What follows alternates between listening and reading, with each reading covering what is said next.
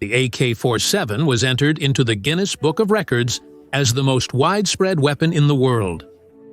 This assault rifle is the favorite weapon of Somali pirates, and its price ranges from $10 in Afghanistan to $4,000 in India. Currently, the AK is in service in 106 countries around the world. The Kalashnikov assault rifle is featured on the coats of arms of Zimbabwe, Mozambique, and an unnamed Asian country. It is also depicted on the flag of Mozambique, East Timor, from 1984 to 1997. The AK is depicted on the coat of arms of the African country Burkina Faso, and the AK is depicted on the emblem of the Lebanese group Hezbollah. The former president of Iraq, Saddam Hussein, had a gilded AK of a modified design. A golden Kalashnikov was also found with Muammar Gaddafi, about whom we had a video. The legendary status of this rifle is undeniable. But there are a couple of questions about the development itself. Why are Kalashnikov's blueprints almost identical to the German ones? Hugo Schmeisser developed the STG-44 during World War II.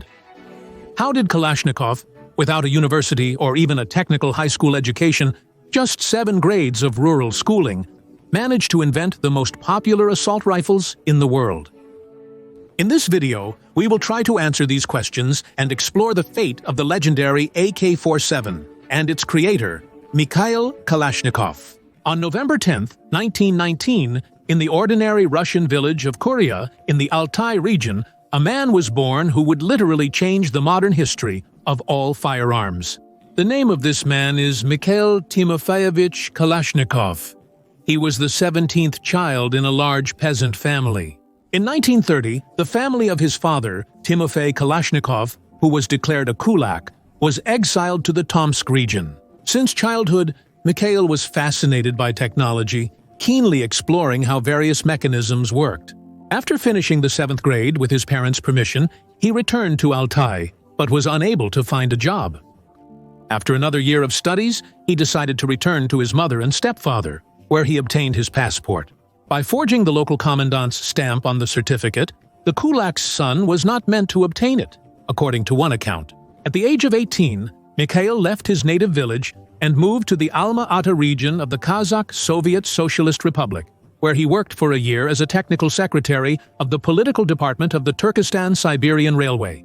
Communicating with machinists, turners, and fitters at the depot strengthened Mikhail's interest in technology and sparked a desire to create something himself. In the fall of 1938, Kalashnikov was drafted into the Red Army, into the Kiev Special Military District.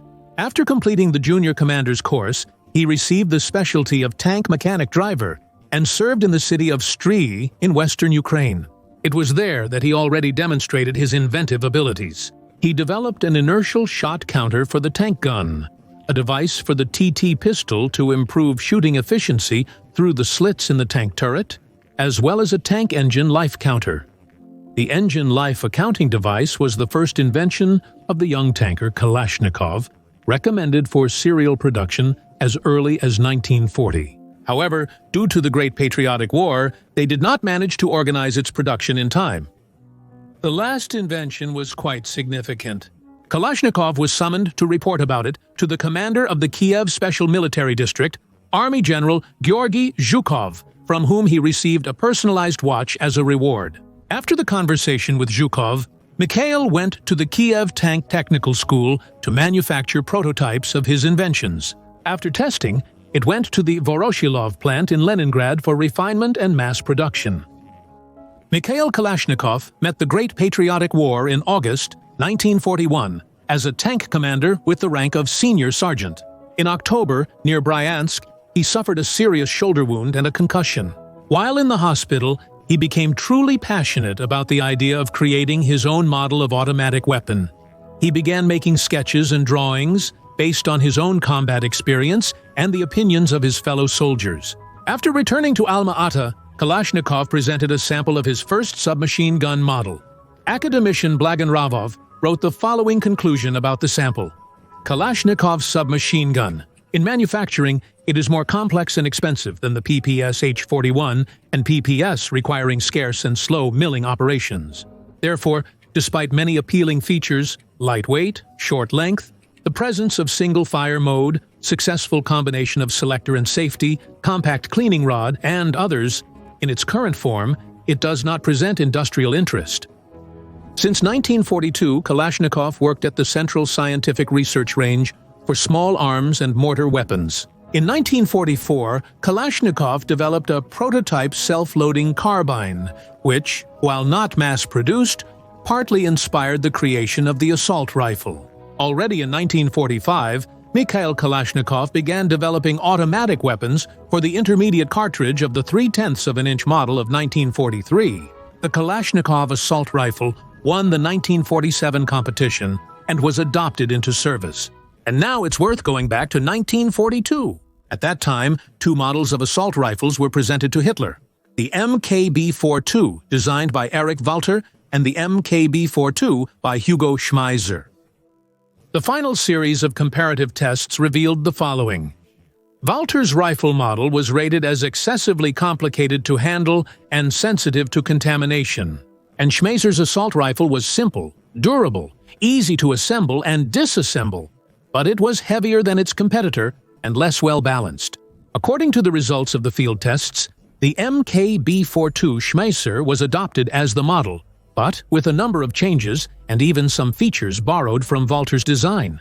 The assault rifle was finally completed only by the end of 1943, and it received its familiar name STG-44 Sturmgewehr, even later, in 1944. Officially, the Sturmgewehr was in service with the police of the German Democratic Republic, the Army of the Federal Republic of Germany, the Yugoslav Airborne Forces, Syria, Switzerland, France, and other countries. After being withdrawn from service, many Sturmgewehr 44s ended up in the hands of various insurgents and terrorists around the world through the black market, and they are still being used by them to this day. In particular, quite a few Sturmgewehr 44s are used by illegal formations in the territory of present-day Syria. Despite all its advantages, the new weapon did not have any significant impact on the course of combat operations in World War II.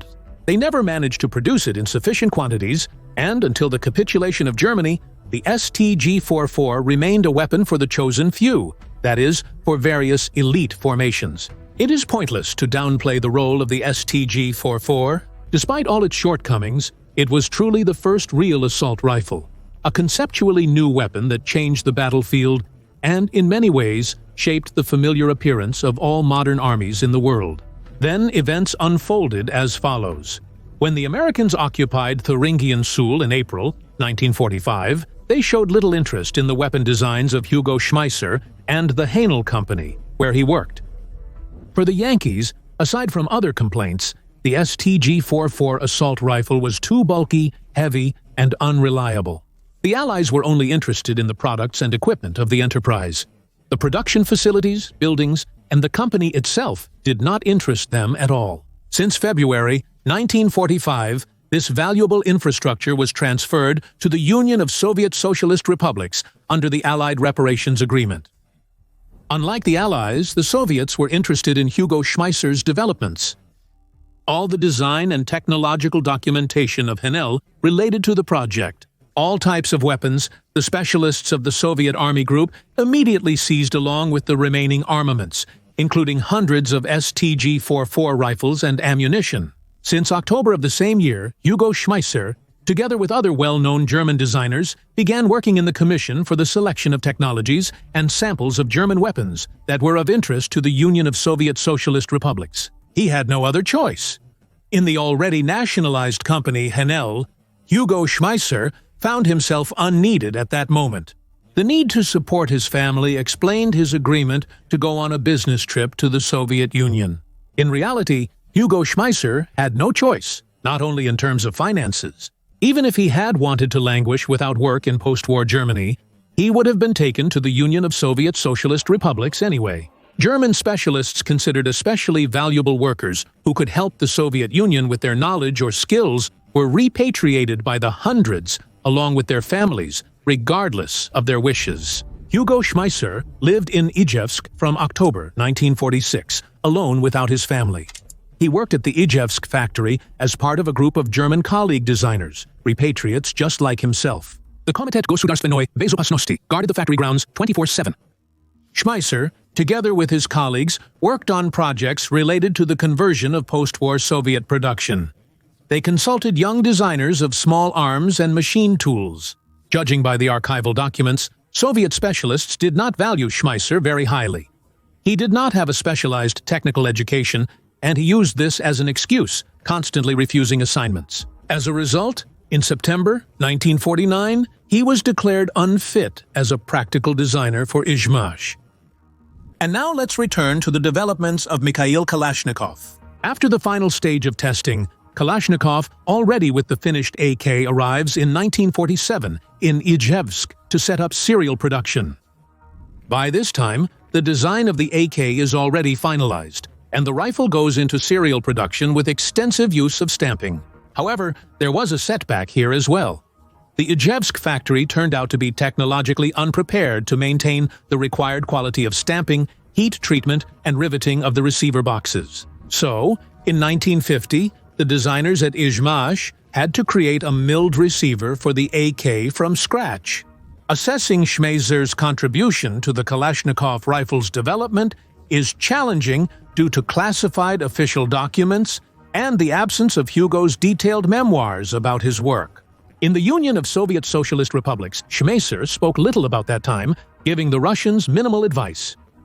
After conducting a comparison between the Sturmgewehr 44 and the AK-47, weapons experts came to the following conclusion.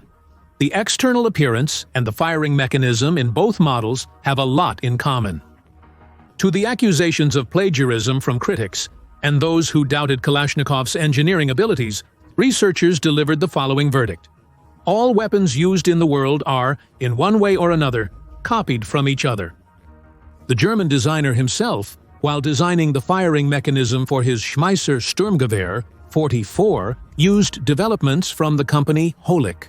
This manufacturer had already produced a large batch of the first self-loading rifles, the ZH-29, back in 1920. Moreover, despite their external similarity, internally, in terms of design, they are completely different. Did Kalashnikov see the STG-44 and its blueprints? Of course he saw them. There are no weapon designers who create their own weapons from scratch without having any idea about their construction, the latest developments, and innovations. Do designers look at each other's successful solutions? Of course. And in the same STG-44, there are a lot of parts that were borrowed from earlier rifles. As for the differences between the Sturmgewehr and the AK-47, there is quite an impressive list. One Sturmgewehr is equipped with a bolt cover that protects the bolt from getting clogged. After cocking the bolt, it stays in the open position. On the AK, the bolt cover moves together with the return spring. It's a small detail, but it can't go unmentioned. 2 AK magazines are equipped with a special lug that allows the magazine to hook onto the receiver. The Sturmgewehr 44 magazines are inserted into a special well. The third one is on the Sturmgewehr 44. The fire selector lever is located above the right thumb on the left side. On all AK modifications, the fire selector is located on the right above the trigger. This small detail directly indicates the different trigger mechanism designs of both rifles. As for the bolt of the rifle, here is where the major design differences begin. Barrel locking on the AK occurs by rotating the bolt, while on the STG-44 it happens by tilting the bolt. This is the most important design difference between the rifles. Kalash has a complete evolutionary lineage. From the very beginning, Mikhail Timofeyevich Kalashnikov aimed to make his rifle as technologically advanced and suitable for mass production as possible. The goal was achieved in 1959 when production of the AKM, the modernized Kalashnikov rifle, began. The new stamped receiver made it possible to reduce the weight of the weapon and significantly increase the number of rifles produced. By the late 1960s, more than 500,000 AKM rifles were being manufactured each year at the Izhevsk Arms Factory alone. After the United States Army adopted the M16 rifle in 1964, chambered for the new 5.56 x 45 mm cartridge, Soviet designers began working on creating their own low-impulse ammunition. It allows for a reduction in the weight of the ammunition load, and a lighter bullet has a higher initial velocity, which provides better accuracy and a flatter trajectory. In 1972, a group of designers led by Sturmgewehr created a new cartridge, and in 1974, the AK-47 assault rifle was adopted into service. The new weapon was maximally unified with the AKM, which made it possible to launch its mass production in the shortest possible time. The modern competition to create a compact 5.45mm assault rifle began in 1973 and ended in 1979 with the adoption of the Kalashnikov assault rifle with a folding stock, the shortened AK-47U. Originally developed as a weapon for the crews of combat vehicles and artillerymen, the assault rifle quickly gained recognition with the Ministry of Internal Affairs, where it is still used both in patrol and guard service, as well as in special units. Over the years of service, the AK-47U has been modified more than once for specific conditions. For example, in Afghanistan, helicopter pilots carried this assault rifle in a thigh holster. And in the Komitet Gosударственной Безопасности, a special suitcase was invented for it, from which the AK-47U could be drawn with a single press of a button. By the late 80s, the Army leadership began to look for ways to fully unify the main small arms. At that time, there were 4 AK-74 assault rifles in service, 4 AKS-74S for airborne units, as well as their versions with rails for night sights, the AK-74N and AKS-74N. The unified model became the AK-74 Miles. All the rifles had a folding stock and a side rail for mounting night sights. The wooden parts were replaced with more reliable ones made of glass-filled polyamide. To this day, the AKM-74M remains the main type of small arms in the armed forces of the Russian Federation. Based on the AKM-74M, there was the so-called 100th series of assault rifles, named in honor of the 100th production in Ijevsk, where the rifles were assembled. It included the AK-101 and AK-102 rifles, chambered for the 5.56x45 cartridge, the AK-103 and AK-104 chambered for the 7.62x39 cartridge, and the AK-105 chambered for the 5.45x39 cartridge. Despite all their obvious advantages, Kalashnikov rifles have one drawback. It's difficult to install modern sights on them, such as collimator, optical, laser, and infrared aiming devices. The appearance of the Kalashnikov 200 series allows this problem to be solved. All AK-200 variants feature Picatinny rails on the receiver cover, receiver, handguard, and gas tube cover. The new rifles also received an adjustable stock, a new pistol grip, and a slotted flash suppressor that reduces muzzle flash when firing at night. In 2011, the Ministry of Defense of the Russian Federation announced a competition for a new rifle for the armed forces, which would be included in the new Ratnik equipment system. Initially from the Kalashnikov concern, 2 rifles in different calibers were entered in the competition. The AK-12 in 5.45x39 and the AK-103 in 7.62x39. This model later became the basis for the 200 series rifles. In 2016, a decision was made to unify the rifles that were submitted to the competition. The AK-12 and AK-15 rifles were presented to the public in a new form. In January 2018, both rifles were recommended for adoption into service. The 7.62x39mm cartridge appeared in 1942 and is still used all over the world.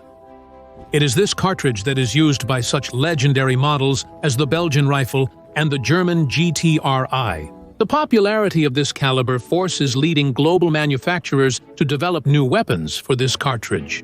The AK-47 was created for countries that traditionally use the 7.62x51 cartridge and are interested in a weapon that combines the famous reliability of the AK with a powerful ammunition. The design of the AK-47 uses components and elements from the AK-12 rifle, a lightweight handguard, an adjustable stock, and a receiver cover with a Picatinny rail.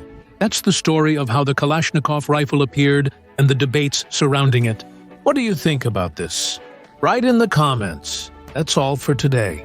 See you in new episodes on our channel.